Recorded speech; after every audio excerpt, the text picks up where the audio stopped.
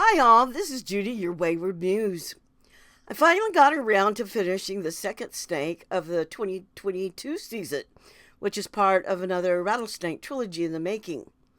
I just came outside in the evening like I usually do, and I found this mojave right in the middle of his meal.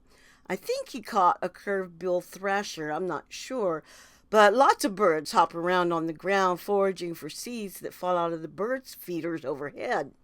I'm glad I was able to catch part of it on video. I know his after dinner plans didn't include spending time in my bucket, though. But I released him early the next morning out in the Vekol Wash, not far from my home. From the bucket to cover under a desert willow tree on the bank of the Vekol Wash with my Rattlesnake Goddess composition in the background. I didn't think she would mind. Enjoy.